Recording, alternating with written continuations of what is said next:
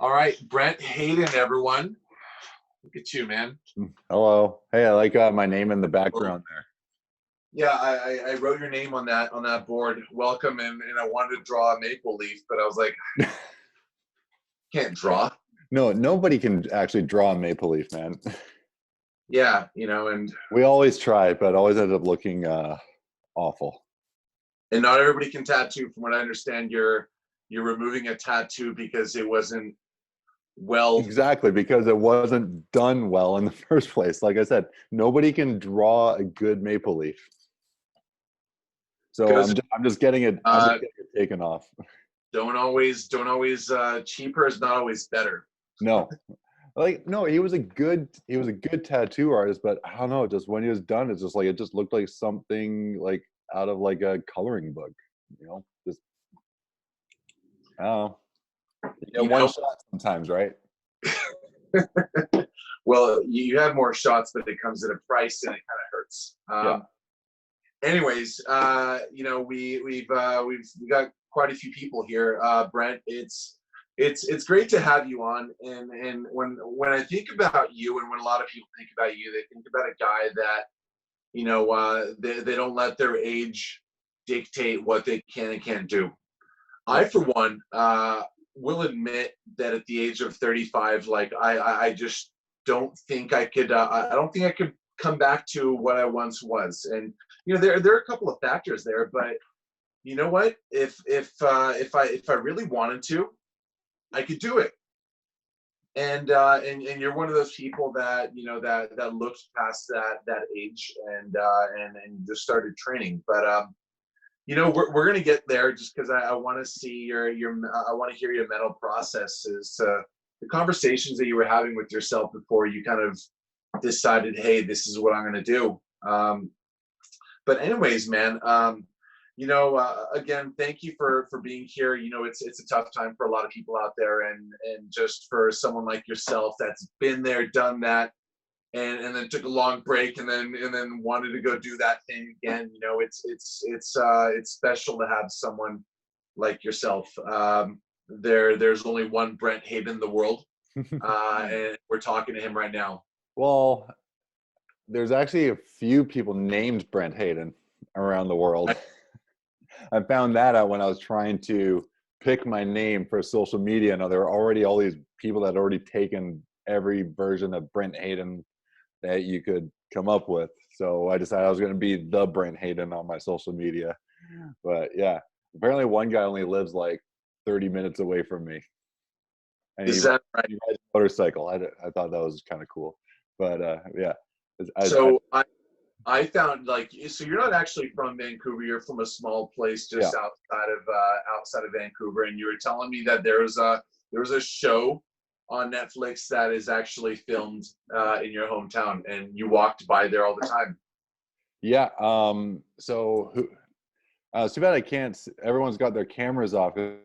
I'd say I was show of hands. Who watches the show Riverdale, or who has watched the show Riverdale? Yeah. Oh, there we go. I guess I saw a couple of there. Yeah. So the diner, Pop's Diner, is Rocco's Diner in my town. Sorry, my wife's phone is in here. So Rocco's Diner is the place that they actually used for Pop's Diner, chocolate shop, or whatever you call it. Now they only used it for the first episode. After that, they built like a separate one on the actual studio lot, so they filmed that for the rest of the show. But in the intro scene, you still get that aerial shot of Rocco's Diner there, and also I think the sheriff's office is also the post office in my hometown as well. Now they film in my hometown all the time, but that's like the most current show that's out there right now. So if you watch Riverdale, you've seen my hometown. I honestly gave it a chance, and there was just one point where he just wouldn't pull the trigger and just ask the girl out, and it was going way too long. I was like, you know what, emotionally I'm done. Oh, I will say Betty Cooper's house is actually just down the street from where I live here. It's like 2 blocks that way. So We actually just walked by there about 30 minutes ago too. So, but it's funny, she and Archie are not actually beside each other. His house is actually not beside Betty Cooper's house. I was a little disappointed. Anyways, we're a little off topic. Yeah, of Hollywood or Netflix. Yeah. Brent, we're all interested.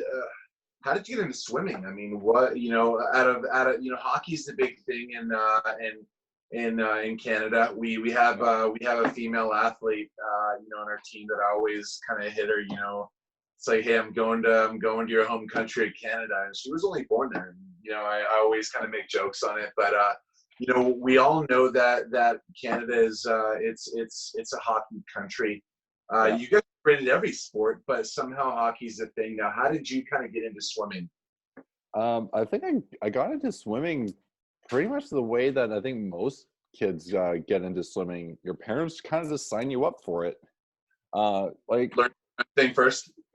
yeah, like I did swimming lessons first, and I was terrible at it. I failed twice. Right. So I always like to I like to bring that up when I do a lot of my motivational speeches, because a lot of times they think that to become an Olympic athlete you have to be born with some kind of like God-given or like some kind of like natural talent. And for me, like, I didn't show any like early signs that I was going to be a successful swimmer. Like I failed swimming lessons, and then my parents just decided, like, they're just kind of like putting me in a bunch of different sports, and some I was kind of taken to and others I wasn't. But swimming was just one of those things that they were signing me up for. And I think in their head, they just kind of decided that swimming, well, I think it was two things. One, swimming is a life skill that can save your life. So, and, living in Canada, like, where you are, there's a lot of lakes around. We got a bunch of lakes that we go swimming at in Mission, or we did. When we go camping, my parents liked camping at lakes. So just wanted to make sure that I was basically, waterproofed, and also just doing activities that where I could make new friends and do things that were active and, getting into, trying to, be a healthy kid. But also I have an older sister, and she was already on the swim team. And I know my parents, like they were working really hard to give us as many opportunities as we could. So like my parents would drive me to soccer practice. My sister would go to swimming, and then have to come back. They'd have to drive back and pick me up from the field, and go back to the pool and pick up my sister, and then have to drive me into somewhere else. So I think being able to drop the kids off at the same place definitely made life a little bit more manageable for my parents. So I could just, on some of the days there was only just be swim practice, and my parents could just drop us off there at the same time, as well as just opportunities for our families to go and, have swim meets together. Like I was in summer club for 10 years. I joined the team when I was just before my 6th birthday, and swam on that team till I was almost 16 years old. So it was a lot of family bonding, going to swim meets for the weekend and setting up the tents and camping outside, and going and racing and going back to the tents. And it was more, I think, in the end, like I think that's all my parents were really aiming to get out of swimming for me, was just all those other values. I didn't think I was actually Like a family dinner where they said, okay, Brent and Brent's sister, we're gonna have to choose a sport, or was it just, was it kind of obvious that the two of you were gravitating toward swimming? No, like I was still doing lots of other things. I did soccer for 4 or 5 years. I was terrible at that too. I think during my entire time playing soccer, I never scored a single goal. Not like you were not one. and you just didn't know it. Oh man, I was terrible. I did baseball as well. I did water polo. I started doing water polo when I started getting good at swimming, and I was only good at it because I started getting breakaways a lot. Yeah. But doing karate, that was a big deal for me. Or it was I started to improve the most in my swimming when I started doing the karate.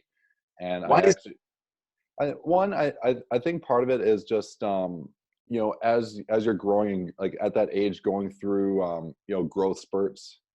Um, like I was like, my proprioception was really poor, right? So like I'd get in the water and I would just be thrashing my arms. I was like the splashy kid in the pool. Mhm. So I think doing karate helped me discover my own body awareness, especially when you're going through your katas and things like that. Like you're going through these movements where you know, you're pivoting around and stuff, and becoming very spatially aware.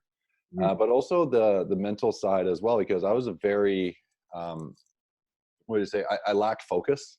I was easily distracted, and so when I started doing karate, you know, like when the sensei is speaking, like you must be quiet, right? Like if you speak up while the sensei is speaking, like you either got to go and do push-ups or he's just going to send you home. Like they just don't have time for that. So I learned to just kind of quiet my mind and really take in what the sensei was saying, because the worst thing you want in karate when you're in class is to your sensei to ask you a question of what you're supposed to be doing and not knowing what you're supposed to be doing. Like in swimming, you can kind of cheat a little bit. You know, if you don't know what the set is, you kind of just, you guys probably all do this. You push off and you kind of glance under the lane ropes to see what everybody else is doing.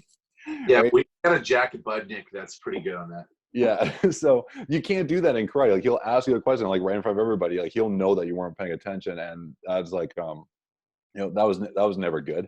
So and also I think just you know, just the fact that karate is such a traditional sport, and you know, demands a lot of respect, not just for your senses but for the tradition and the reasons why you're there. I started to take that mentality into my swimming, and you know, every single day I started going in there, like, you know, more intention into why I was there and what I'm going to do to get out of it. And um as you say, like I kind of started taking the sort of the karate mentality into my swimming, and I think that's where my mindset really started to take off. Hmm. So I mean, just from your story, I kind of get the sense that you weren't very good in the start, you know, or the first couple of years. Were you the small guy? Were you the tall guy? Like, what did that look like? Yeah, I was the tall guy. I was really skinny. I was really lanky and awkward.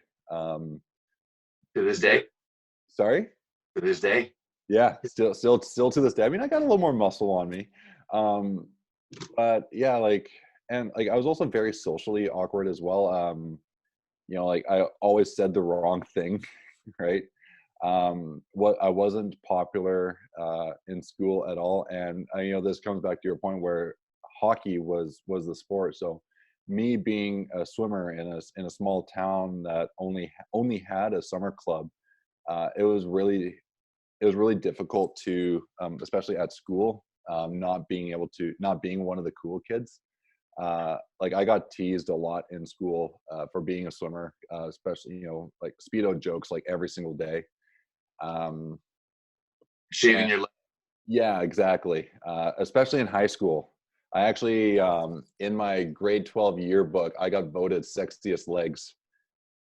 So All right. that's actually in there. So that was a bit of a swimming joke, but by then it was kind of like it was kind of like in good humor, because I was actually starting to win and people were actually getting excited and talking about how they can't wait to like watch me one day swim in the Olympics.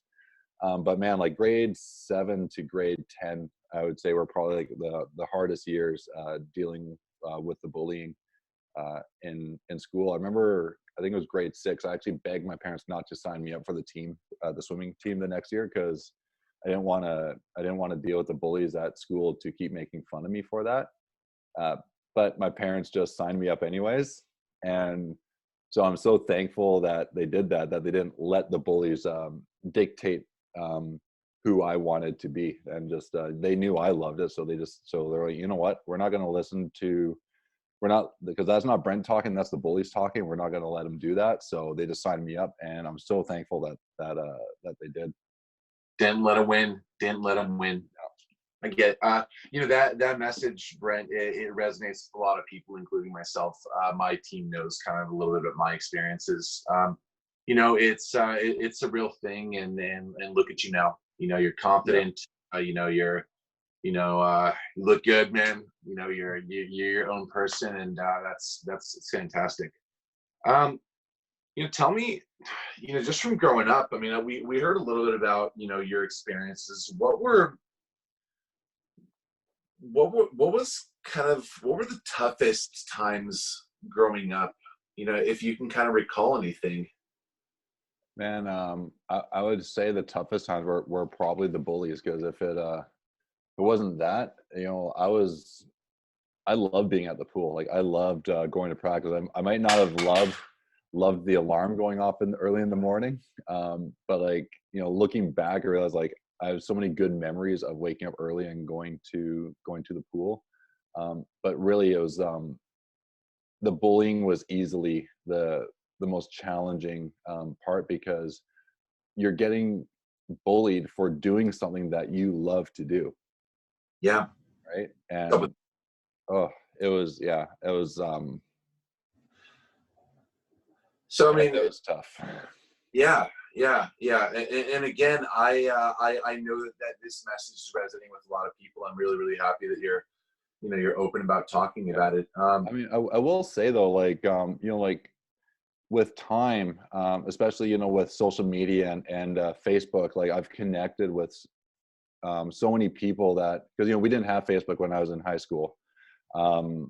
And afterwards, like a lot of the people that, that were bullying you, they reach out to you, and they send you messages of like, congratulations, like, hey, saw you on TV, man. That was so awesome. You're making our small town proud, and all this stuff. And like, these are people that used to bully me. And it's like, so I realized like, you know, you never really know like what's going on in their lives either. And, sometimes, you know, they got things going on, or maybe like they could even be jealous that you're lucky enough that you even get to be involved in the sport that your parents take you to, and they don't get those opportunities. Or sometimes people change as they get older and they go through life experiences, and they realize they regret things that they may have said to people. Like, I know that one of the hardest things to do is like, when you get bullied, sometimes you want to pass that pain on to other people to make yourself feel better. And so like, there were times where I tried to bully somebody else to try to make myself feel better because I was experiencing it. And it didn't make me feel good. And I've actually, there was a time about maybe 4 or 5 years ago, I actually reached out to somebody who I made some mean comments to one day, because I was feeling a lot of pain from the bullying, and I wanted to pass it on to somebody else. And so I reached out and I apologized to them. Right. So if you're ever getting bullied, I'd say that's my biggest thing. For a national hero to just message me out of the blue and to apologize, it must have been pretty surprising for that person, but also they realize that everyone can change, and that you've obviously done a whole lot of growing Yeah. since. Let's kind of transition this conversation in a different direction. Brent, like, for you, swimming, I mean, was it always kind of self-motivated, or did you, like a lot of people, really just kind of want to go to the pool for the social aspect of it, hanging out with your friends, or did you want to be that guy at school with the Letterman's jacket? Like, what was that thing for you? I think I was very self-motivated. Like, a lot of times my parents were the ones that were kind of like putting the reins on me and kind of holding me back a little bit, because like, in a good way, because they wanted to make sure that the thing, things were like the right decisions, and that so like I remember the first time I saw swimming on TV. Now, you probably relate to this, like, the old TVs with the dials, 13 channels, right? Yeah, I was Most, my remote. yeah, right. And some of the channels didn't even come in clear. And I just remember one day I was just sitting downstairs in the the rumpus room, or whatever you want to call it, and just flipping the channels. And I saw swimming on TV, and now to this day, I don't even know what competition it was, right? Like, it might have been the Olympics, like it might have been World Champs, it might have just been like, I don't know, some college meet or something. I don't know what it was.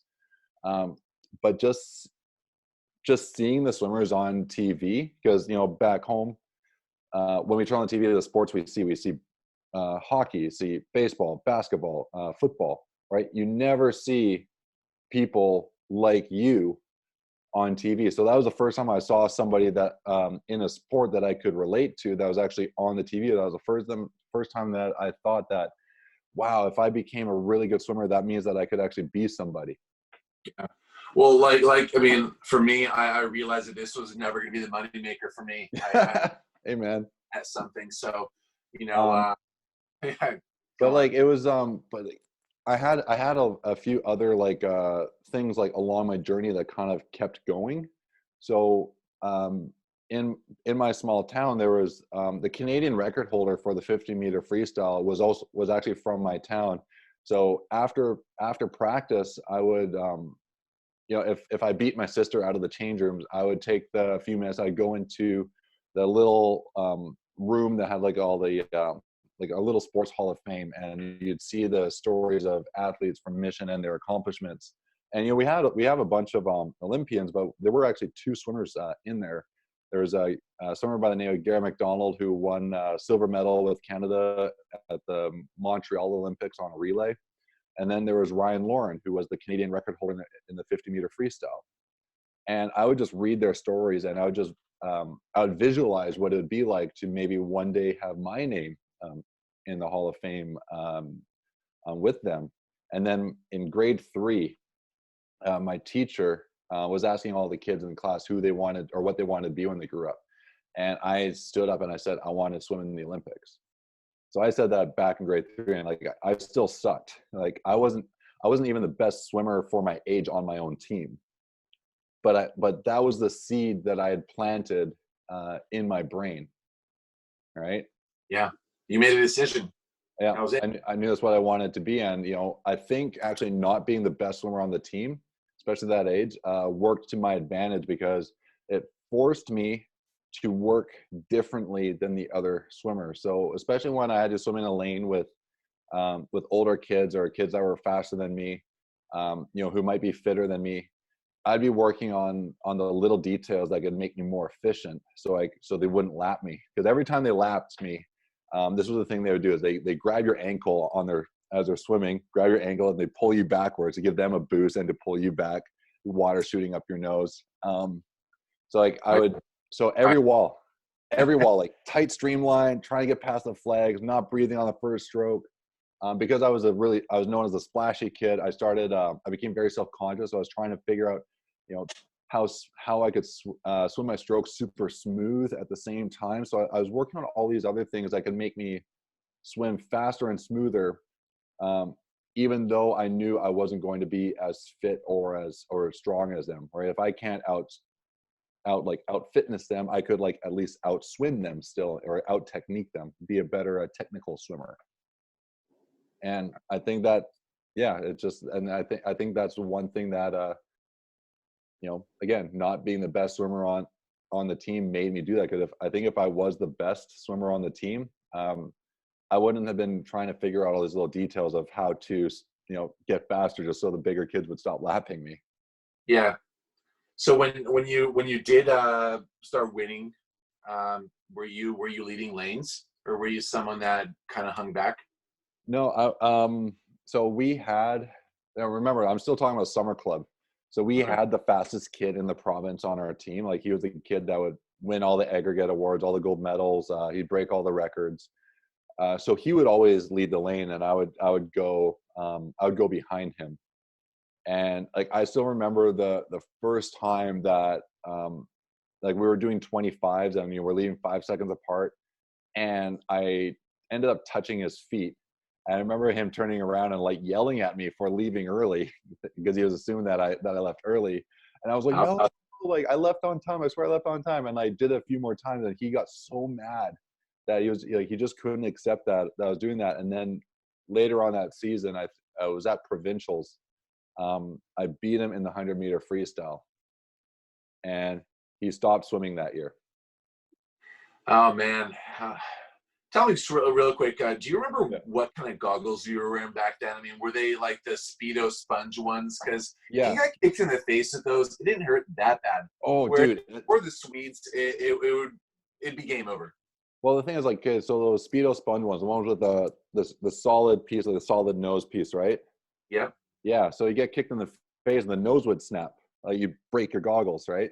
So you got to buy a whole new pair of goggles. But yeah, man, I remember those. Those were cool goggles, though. You pull enough legs during workout, to pull. You're gonna get kicked in the face. Oh yeah, yeah, yeah. yeah. But yeah, I remember the first time I got a pair of they weren't the Swedish goggles, but they didn't have any foam on them. They just sat just perfectly in your eye sockets. And yeah, I got kicked in the face one time with those. I thought my eyeball was going to pop out. It probably did, and then it just went back in. Yeah, but yeah. everyone that's worn those, they know what that's like. It's awful. Yeah. Boy, Brent, what did it feel? I mean, just before we kind of go to your Olympic, your Olympic, just something from that part of your career. Why did you never go to the U.S. for college? That's it. That's a good question. Like, when I was in grade 12, so I moved from, I stopped summer club swimming at the summer of grade 10. So growing into grade 11, that's when I dedicated myself to swimming. And so then by halfway through grade 12, because like in 1 year I became like the youth national champion, and then I became the junior national champion that same year. And then so like I went from like summer club swimming to being like, champion in 1 year. So that was pretty insane. And I started getting noticed by colleges in the States. Like UNLV was calling me every single week. Michigan was another one that was calling me. And then I had the University of Calgary here was calling me, and then Simon Fraser University was calling me as well. Mm-hmm. But I ended up going to UBC, University of British Columbia, to train with my coach Tom Johnson. He was the only coach that didn't really try to recruit me. Yeah. Right. So it was one reason why I just wanted to stay local was because like I'm just such a homebody. Like I love just being in BC and being on the West Coast, and I don't think I was really prepared to go somewhere far away. Yeah.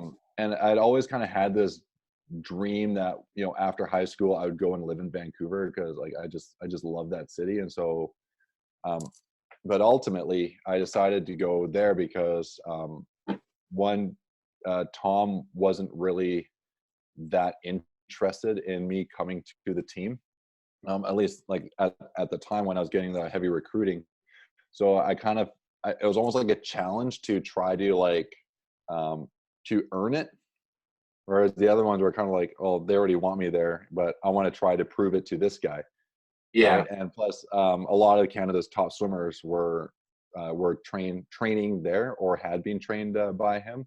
So I knew that he had a history of coaching a lot of Canada's top swimmers. So, so I think for me, even though he wasn't the one that was necessarily trying to recruit me, I think it was going to be the best decision or the best chance to have a successful career if I could prove to him that I deserved to be in his program.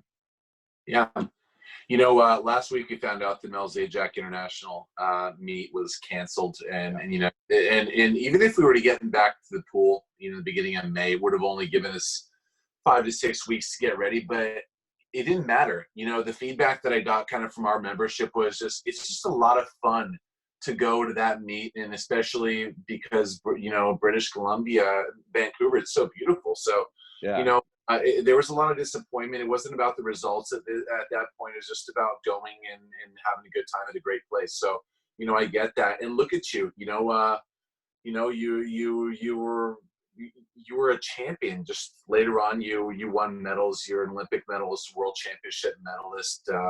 who's to say that you made the wrong decision? It worked out. Yeah. It Oh, would have always definitely worked worked out. out. Yeah. It was crazy. It was like, so I remember the first time I actually sat down with Tom to talk about it was my coach. My coach in Chilliwack he had gone a meeting with Tom between sessions at a meet in Richmond, and like I remember Tom looking at me just being like, and he just straight up says to me, "I don't know anything about you." Right. That was like so like I had to explain like who I was and why I think he should think about me. But he ended up coming out to my pool in Chilliwack one day during a swim practice, and it was an early morning one. And so like the whole practice, I was just doing everything I could to try and impress this guy, like, tight streamlines, 4 or 5 dolphin kicks off every wall, like bursting my lungs, trying not to take a breath on the first stroke, just trying to do everything as perfectly as I could. And he just starts throwing out these random instructions to me. He goes, "Okay, do this, but do it this way." Right. And they say, "Okay, now try it this way and try it this way." So he kept making me change things. And I found out years later, and I was asking him about that, why he was doing that. He just said, "Well, I wanted to see if you were coachable." Yeah. Right? Because he said a lot of swimmers, they get really good at doing one thing, but sometimes you need to make changes, right? And if a swimmer is unable to make a change, well, then they're not going to be a successful athlete, right? So he's like, I need somebody who's willing to listen to what I have to say, but who is actually able to apply it as well, and not get stuck swimming one way, right? So so that really stuck with me for years later. That he didn't really care how good I was; he wanted to see how coachable I was. Yeah. Yeah.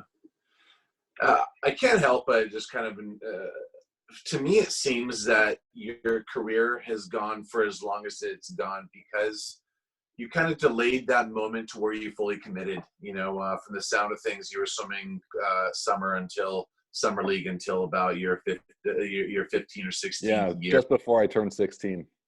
So I mean, like you obviously, you were committed to different things, but do you think that that's kind of one of the reasons why your career has had this longevity? Absolutely. Like I can't even tell you how many people were telling me that one, I was never going to be good enough to compete at a higher level, that anything past summer club, because I remember like people telling me that if you go, like, I don't know if you guys call it like winter down there, like winter swimming, or year round swimming basically, Yeah. um, that those swimmers are just too good. They're too fit because they train year round, whereas we train like 4 or 5 months a year. We're not dedicated. Telling me that I was never going to win again if I did that.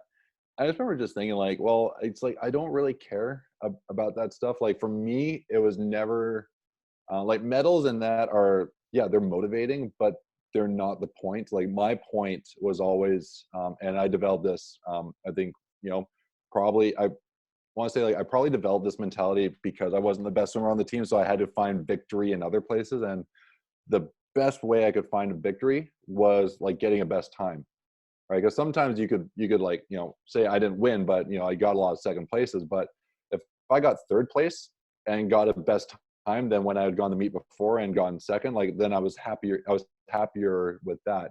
So I became very focused on my own personal performances. So when I was getting told that I wouldn't be good enough to do it, I was like, well, I don't really care if I don't win a single race. I just want to see how fast I can go. Mhm. And that was really difficult.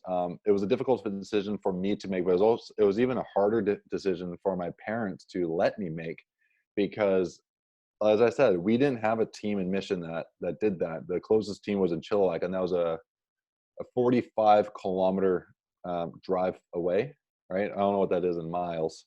About 29 miles ish. 29 miles, right? And we had to be on the pool deck at 4:45 in the morning. So that meant, I had to be up at 3:30 in the morning, and my parents had to drive me, 45 kilometers to get to the pool and drive me back and go to school and do the same thing again in the afternoon.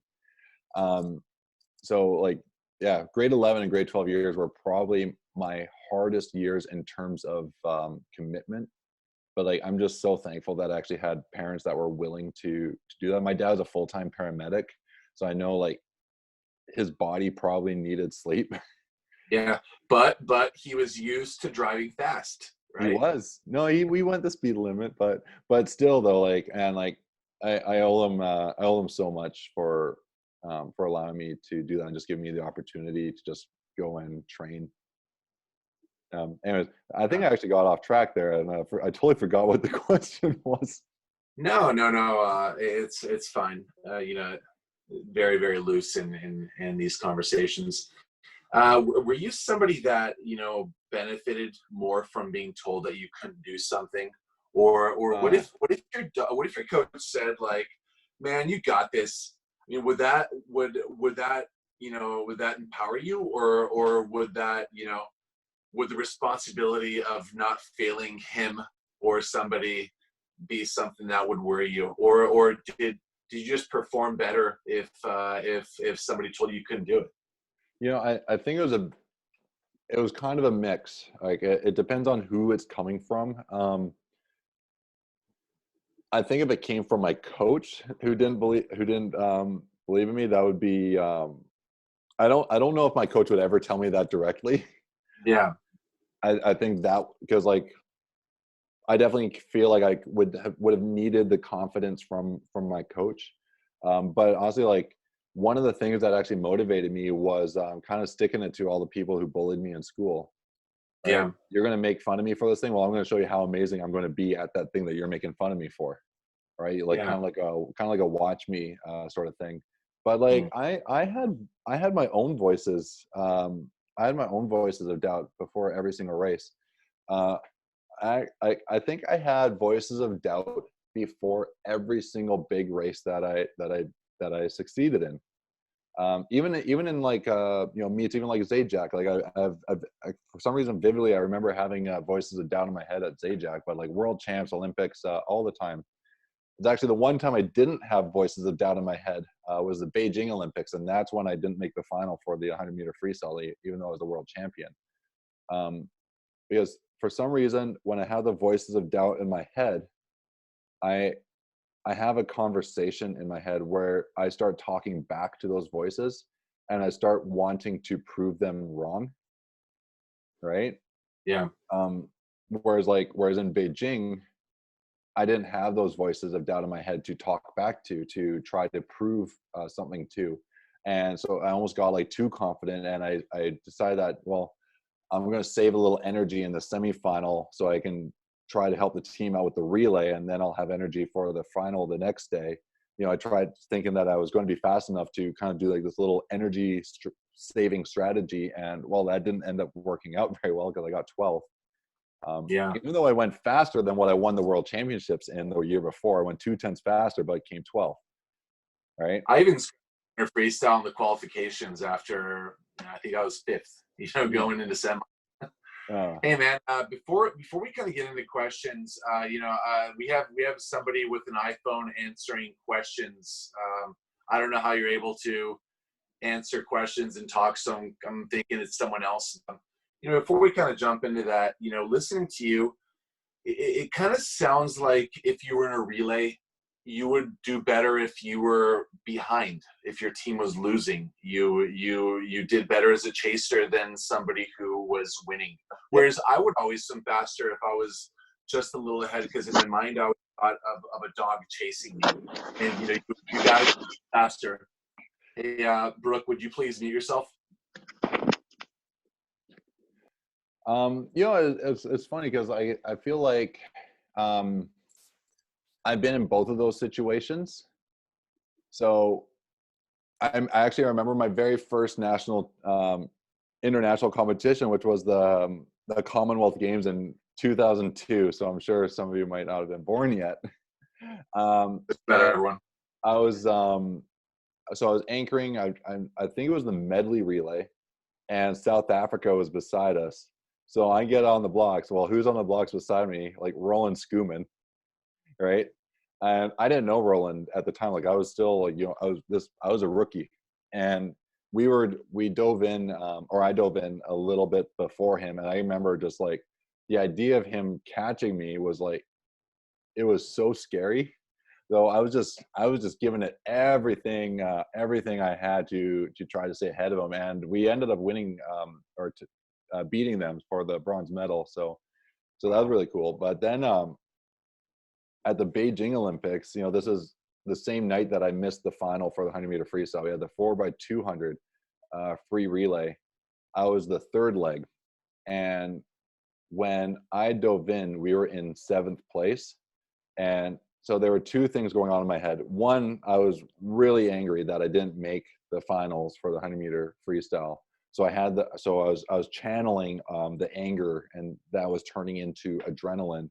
But also then having that person to chase, like a target on his back. I'm like, I'm going to run this guy down. So I dove in at 7th, and at the 100, I touched to my feet and like a 49 low. It was like the fastest I'd ever been. And I think it was like, at the time, it was like the third. I ended up having like the third fastest or fourth fastest relay split in history in a 4x200 free. Because when we dove in again, I was 7th, but I touched the wall. We were in 2nd.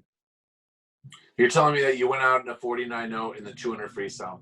Yeah, it was like a 49.1 or 49.2 or something to my feet. I mean, remember it was with a relay takeover. Yeah. But man, I was so angry. And what was your split and close in that race? I think it was a 144. Wow. Yeah. So I actually was in the. I actually scratched from the 200 free in Beijing to try to save my 100, and that's a decision that I regret, because I actually think I probably would have been. I actually probably could have had a real medal chance in the 200 freestyle. Yeah. But all right, man. Let's jump over to questions. Yeah, I just opened the chat here, so I can read them here.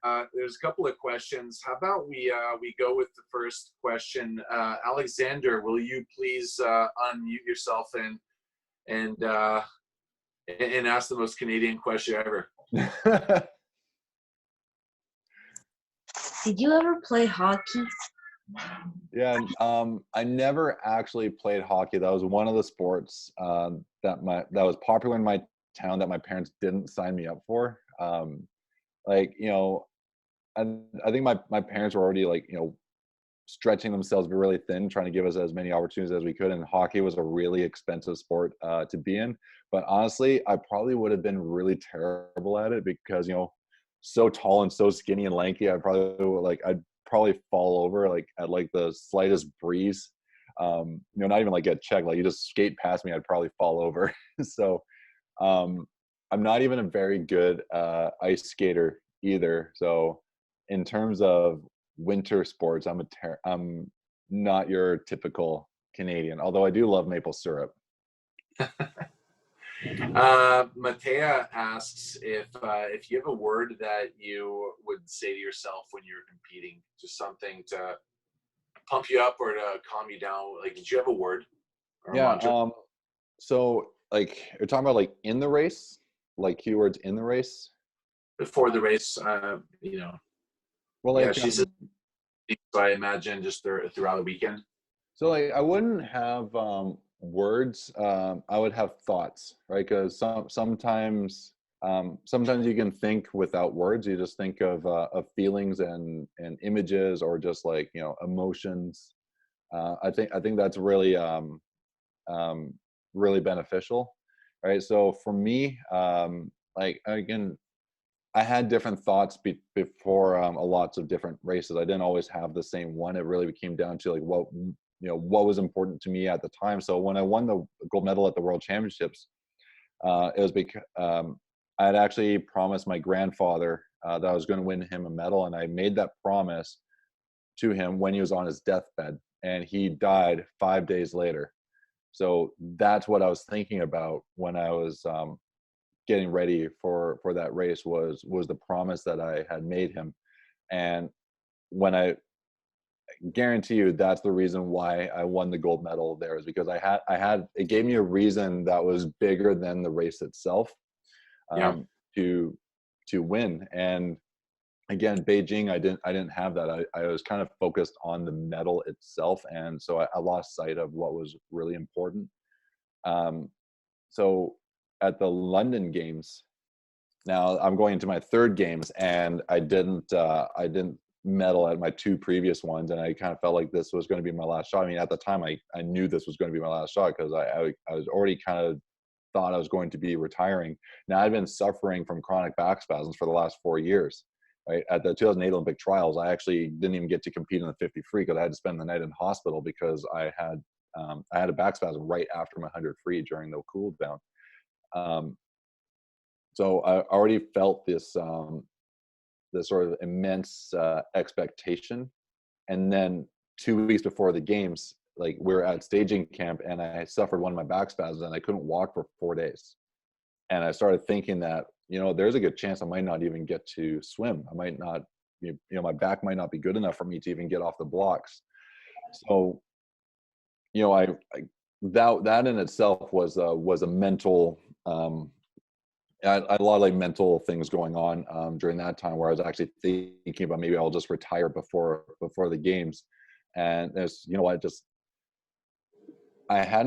I realized that I'd gone through all the challenges and all the failures in my life to prepare me for this moment when things were getting really, when things were going to seem the most impossible. And I can tell you, when I walked out for the semifinal, the 100-meter freestyle, I was thinking about my back and my age, because I was one of the oldest guys there, by quite a bit. I think when I got into the finals, the oldest one by 5 years. But I was thinking about my back and how close I came to not even being able to be in this position. But then I was also thinking about, okay, well, in Beijing, when I walked out for the semifinal, I didn't take the time to appreciate the level or the weight of the situation, the fact that I was actually standing on the pool deck in an Olympic semifinal with the 16 fastest swimmers in the world, with my country, on my jacket and on my suit, right? So I actually walked out thinking about that and how regardless of everything that was going wrong, I needed to give it everything that I had. So that's what I focused on. And then when I walked up for the final, man, I was just like focusing on every challenge I overcame, the bullies that put me down, the people that believed in me, the fact that I had just came back from not being able to walk for 4 days. My rib was actually out of place that day too. So like that's where my mind was going, and I was able to channel all of that into that race. And when I only had the last 25 meters, when your body is screaming, to stop, right? Your body wants to give up. That one little thought popped up in my head that this is my last 100-meter freestyle ever. Mm-hmm. And that's when I knew that I had to give everything and more into the finish. And that's when I touched the wall and got the bronze medal. Yes. That's fantastic. We got a couple of questions. What's your favorite stroke and why? We freestyle. Yeah, thank you. Hey, Emma Atchinson, will you please unmute yourself and ask your question, please?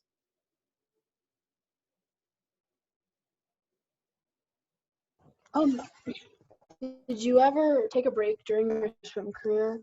And if you did, did it help you at all? Yeah, I think after the Beijing games, I took 3 months off because the games were just a complete failure for me, and I took that time off to use as a reflection period to think, okay, what is the lesson that I had to learn here, right? Because every failure there's an opportunity to learn something, and so I used that time, one, to kind of heal emotionally, but then to just kind of try to sort of sort my thoughts out and kind of have time to kind of lay them out and figure out, okay, well, what is the lesson here that I needed to learn? And I learned in that situation that there's a huge difference between determination and expectation, right? Just because you expect to do well it can't happen unless you're determined to do well too, right? So in Beijing, I realized that I had this expectation, but I didn't do the part where I needed to actually try to actually make it happen. I was kind of expecting things to just kind of happen on their own because, I was world champion, so I was supposed to do well. And so that was the big lesson there. But then, I retired from swimming after the London Olympics, and I was retired for 7 years. And during those 7 years, I didn't swim at all. Like, I was running my own private swim camp, so I was getting in to do coaching and teaching, but I never went to the pool to actually swim for fitness. So that was a bit of a, I guess you could say, a hurdle that I had to overcome when I decided last summer that, even though I haven't been swimming for 7 years, I'm going to try to come out of retirement and go for the Tokyo Olympics. And I got my Olympic A qualifying time after only 6 months. So I think it's, and that's one thing that I'm, again, I realized that time, those 7 years off, I actually learned a lot that I can now apply to the situation we're all facing right now, that even though you might not be in the pool, as long as you're doing the things you can to take care of yourself now, like, eating well, drinking lots of water, doing some kind of fitness every single day. It doesn't even matter what kind of fitness you're doing, just doing something. The body remembers really well. So when you get back into the water, you might feel funny for like a few days, but you're gonna surprise yourself at how quickly you get back to training shape. So Excellent, well said. Homa, you and Jadid, will you please unmute yourself and ask your question?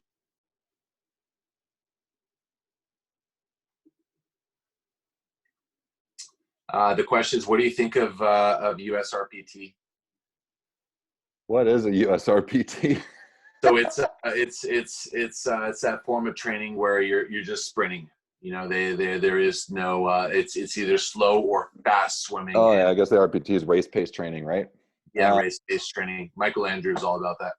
Yeah, we do a lot of race pace training, but it's not every single day. Like we probably have, most weeks I'd say we have like 2 days where we do a lot of race pace stuff. So like a lot of 25s. We'll do like 3 rounds times 8 25s. My favorite way of doing it is like 1 round with fins and paddles, and the next round with just fins, and the last round no equipment, kind of thing.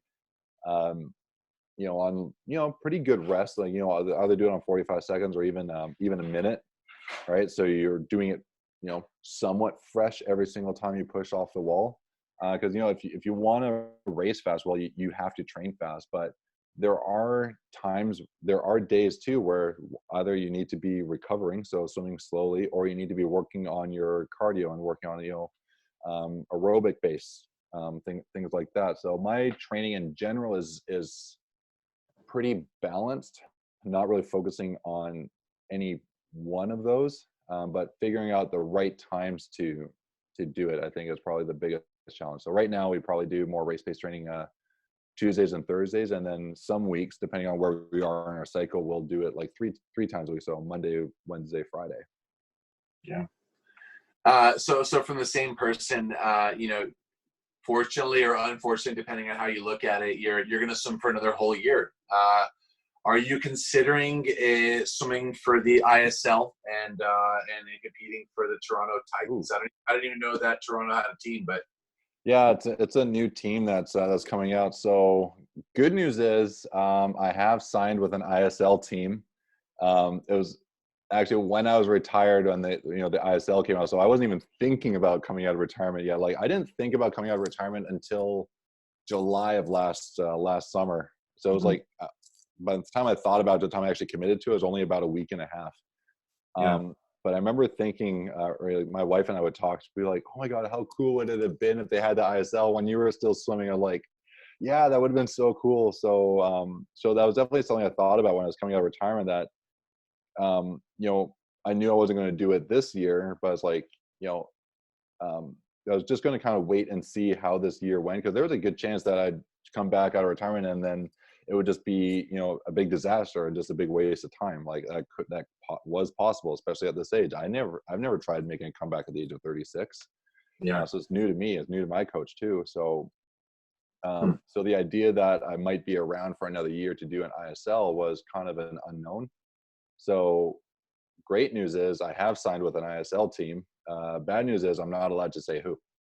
That's fine. It's fine. Let's last question. Let's finish this up with hey Matthew Gaines. Do you want to ask your question, or should I? What do you eat for breakfast before you swim? Oh, good question. So I try to do something that has a mix of good carbs and protein and some fat. So my go-to is usually a bowl of oatmeal with some eggs, and like I throw in like veggies in those eggs too, like, you know, chop up some spinach and onions and tomatoes, so I get some good veggies in there as well. And then in my oatmeal, I'll throw in some blueberries as well, so I'm getting some good fruit. Sometimes I even do like some sliced strawberries if I have them available, or some almonds slices, things like that. But like, because like I'm a pretty big guy, like I'd probably do like, I think like, you know, depending on how my body composition was doing, but, you know, up to about 4 eggs, or sometimes I would do 2 eggs plus egg whites, kind of thing. Because, you know, that's my protein and my fat, and then my carbs from my oatmeal and the fruit. That's an important question. Hey, thank you. Thanks, Matt, for asking that.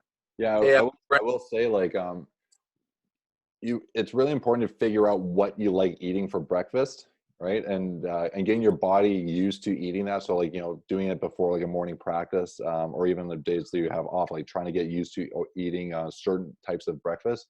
The worst thing you can do is decide, okay, today's race day, I want to try to eat something completely different because this pro athlete over here said that's what he likes to eat. Right? Your body's not going to be used to it. So, I mean, some people are probably more able to change their diet or like change their meal or what they eat and not be affected. Other people, you try to change your breakfast on the day of, and it's like it'll completely you know, mess you up because your stomach is just not used to eating that kind of food. So, so if you do want to try out different types of breakfast, or even the one that I even mentioned, like, just don't do it on race day, right? Worst thing that you can do on race day is try to change what you're used to eating. Like do it during the week, like training, and, you know, figure out what you like and what you don't like. It's really, really sound and good advice, Brent. Man, this conversation, it was useful. I'm pretty sure that it resonated with a lot of people, you know, including myself. I'm incredibly grateful in times like these, you know, where we're all kind of stuck at home, but, you know, where we're able to stay in touch. And man, I'll tell you, you know, I watching you race, you know, you give me a little bit of courage, as weird as that is. And in some way I kind of, you know, live vicariously through your results. I look forward to seeing you succeed. And again, you just made some fans with us too. Thanks, man. If you do clinics, I hope that, you know, you'll be able to carve out some time to do a camping clinic for us. You know, I would love to learn from you. I'm certain that there's. I mean, absolutely, man. Like, that's the one thing that I really loved while I was retiring, was actually running those clinics. Like, we would travel all across Canada, and just like going to clubs and just sharing that knowledge. I don't know if I told you, like, we actually, like, I finally released like my online course like 4 weeks ago. Like, it was like 2 weeks before all the pools shut down, nobody can swim, I released my online swim course, right? Yeah, did I tell you about that? You didn't tell me about that. Do you want me to tell you about that? I don't want to do like a shameless plug, but you're asking, like, I know, check it out though. It's swimmingsecrets.com. It's just I released like my freestyle mastery. That's like it's a method that we spent over 10 years developing to get kids to become more efficient in the water, and you know, swim 50 frees, you know, with fewer strokes. So you can add, like, you know, every single 50 you're retaining fewer strokes, that becomes more and more efficient. So it's just something cool that brother, you're only like 3 hours away, you know. I know, man. And you just sit in a car and just drive over. We'll be waiting for you. Well, yeah, man. Just yeah, when the pool's open again, if you guys can if you guys can run it, man, like I would love to come down and do that with you guys. It would be a lot of fun. Great. Brent, thanks a lot. Tell your wife I said hi, and we'll be in touch. Thanks a lot for this. Really appreciate it. Thank you, everybody. All right. Have Bye-bye. a good one.